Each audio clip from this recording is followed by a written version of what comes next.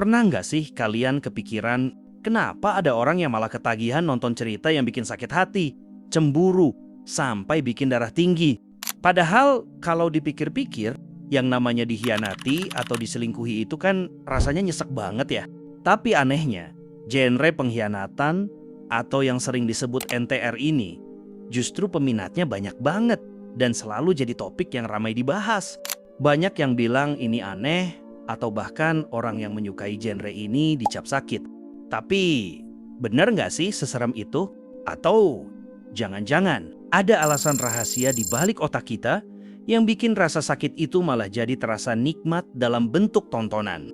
Di sini kita nggak bakal bahas soal benar atau salahnya ya, karena itu urusan masing-masing. Tapi yang lebih seru buat kita bongkar adalah, ada apa sih sebenarnya di dalam kepala mereka sampai bisa menikmati tontonan kayak gitu? Mari kita mulai. Alasan pertama, ini yang paling sering terjadi, yaitu karena kita sebenarnya suka sama sensasi gregetan atau sensasi sakit yang aman. Pernah nggak kalian pergi pijat refleksi? Pas bagian kaki ditekan, rasanya ampun-ampunan. Sakit banget sampai pengen teriak kan? Tapi anehnya, kita nggak kabur. Kita malah diem aja. Bahkan ada yang ketagihan buat balik lagi. Kenapa? Karena di balik rasa sakit itu, ada rasa lega dan nyaman yang muncul setelahnya. Seorang profesor psikologi dunia bernama Paul Rozin pernah meneliti fenomena ini. Menurut beliau, manusia itu punya kemampuan unik untuk menikmati emosi negatif, kayak rasa sakit, nyesek, atau marah, asalkan otak kita tahu kalau diri kita nggak dalam bahaya beneran. Pas nonton konten pengkhianatan atau NTR, perasaan kita tuh kayak lagi dipijat refleksi. Dada rasanya nyesek, emosi panas, dan cemburu. Tapi di saat yang sama, logika bilang, tenang, ini cuma cerita, bukan hubungan gue. Percampuran antara rasa nyesek sama rasa aman, karena itu cuma fiksi, akhirnya malah bikin nagih. Jadi, rasa sakit hati yang muncul pas nonton itu, ibarat sensasi sakit-sakit enak yang bikin tontonannya terasa lebih berkesan daripada cerita yang manis-manis aja. Nah, alasan lainnya adalah cara otak kita buat latihan mental atau simulasi rasa takut. Jujur aja, dikhianati atau diselingkuhin itu salah satu ketakutan terbesar hampir semua orang dalam sebuah hubungan kan? Nah, uniknya, otak manusia punya insting buat mensimulasikan atau membayangkan skenario terburuk itu lewat tontonan. Ibaratnya gini, kalian tahu kan simulasi gempa bumi atau latihan kebakaran di kantor atau sekolah? Kita pura-pura panik, nyari jalan keluar, padahal nggak ada api beneran. Tujuannya apa? Ya, supaya kalau amit-amit itu kejadian beneran, mental dan otak kita nggak kaget-kaget banget, karena udah pernah ngerasain suasananya di dalam pikiran. Dalam psikologi, ada namanya Threat Simulation Theory, atau teori simulasi ancaman. Intinya, kita nonton konten NTR itu kayak lagi masuk ke laboratorium emosi. Kita pengen tahu, sehancur apa sih rasanya kalau itu terjadi? Atau gimana ya rasanya jadi posisi orang itu? Jadi, bukannya kita pengen diselingkuhin beneran ya, tapi otak cuma lagi pengen ngetes kapasitas mental dalam menghadapi situasi yang paling bikin stres, tapi tetap dalam lingkungan yang aman. Alasan selanjutnya ini mungkin terdengar agak aneh, tapi nyata, yaitu adanya sensasi menikmati rasa nggak berdaya. Coba perhatikan, banyak orang yang sengaja nonton film yang sedihnya minta ampun sampai nangis, tapi bukannya berhenti, mereka malah lanjut nonton sampai habis. Ternyata ada sisi dalam diri manusia yang kadang justru menikmati perasaan kalah atau nggak bisa berbuat apa-apa saat melihat sesuatu yang berharga dirusak. Dalam psikologi, ini ada hubungannya sama pelepasan beban mental. Di dunia nyata, orang selalu dituntut buat jadi sosok yang kuat dan punya kendali. Tapi pas nonton konten pengkhianatan, si penonton seolah-olah dapat izin buat ngerasain gimana rasanya jadi sosok yang hancur tanpa harus ngalamin risikonya. Ibaratnya kayak orang yang lagi naik biang lala yang sangat tinggi. Mereka nggak bisa ngatur jalannya mesin, cuma bisa duduk pasrah sambil ngerasain ngeri-ngeri sedap di ketinggian. Perasaan pasrah atau nggak berdaya itulah yang bagi sebagian orang justru ngasih kepuasan emosional yang beda.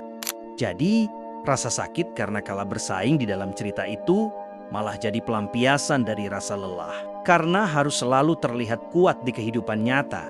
Selain menikmati rasa tak berdaya, ada alasan lain yaitu rasa penasaran pada hal-hal yang terlarang atau sisi gelap. Secara alami, manusia itu punya rasa ingin tahu yang sangat besar pada hal-hal yang dibilang nggak boleh atau salah oleh norma sosial.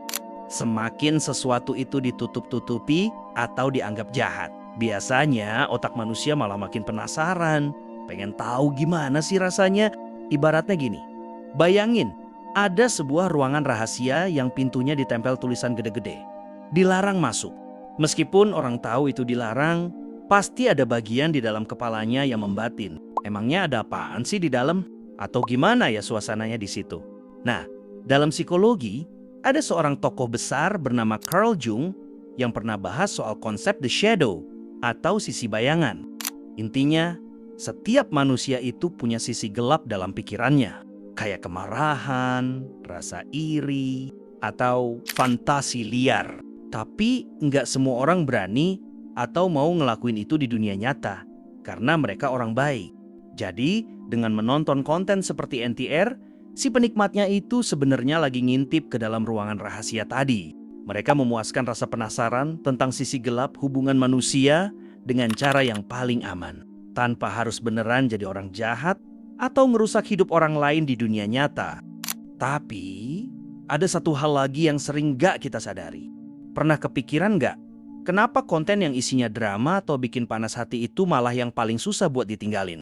Ternyata, rahasianya ada pada reaksi fisik tubuh manusia itu sendiri.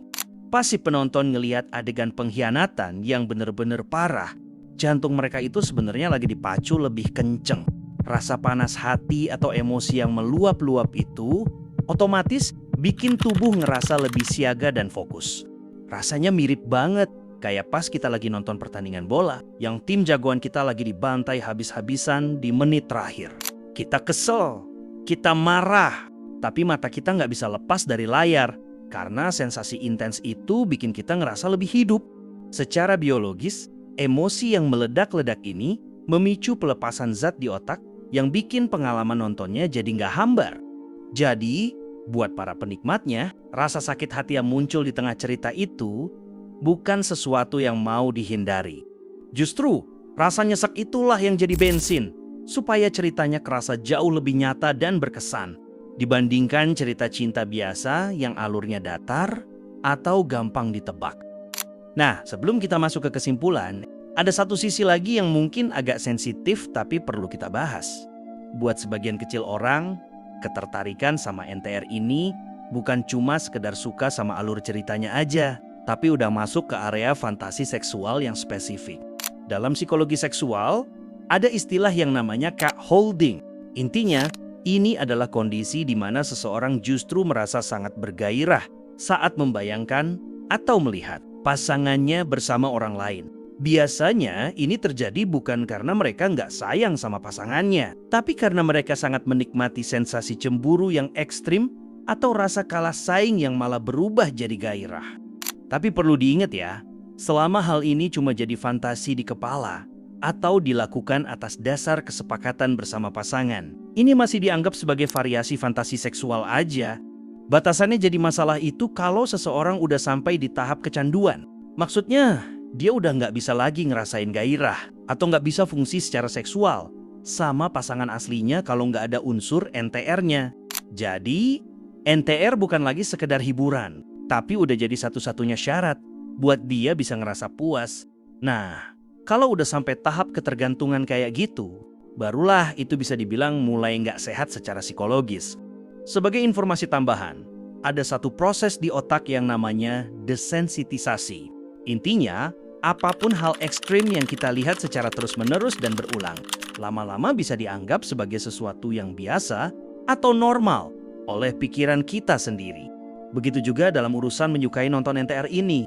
Kalau udah jadi tontonan rutin, rasa nyesek atau panas hati yang tadinya kerasa kuat, perlahan intensitasnya bisa luntur karena otak kita udah mulai terbiasa sama alur ceritanya. Perlu diingat, ini cuma sekedar informasi soal mekanisme adaptasi di kepala kita. tanpa ada maksud untuk melarang ataupun membenarkan kebiasaan ini. Balik ke diri masing-masing ya. Jadi kesimpulannya, suka nonton genre kayak gini bukan berarti seseorang itu punya gangguan. Ternyata, itu cuma cara unik otak kita buat main-main sama emosi yang paling kita takuti dalam ruang yang aman. Tapi tetap ingat, fiksi tetap fiksi, dan kenyataan tetaplah kenyataan. Di dunia nyata, kepercayaan itu mahal harganya. Nah, kalau menurut kalian gimana? Dari alasan-alasan tadi, kira-kira udah valid? Atau mungkin kalian punya alasan lain yang belum kesebut? Coba sharing pendapat kalian di kolom komentar ya, biar kita bisa diskusi bareng. Terima kasih sudah menonton, dan sampai ketemu lagi di video selanjutnya.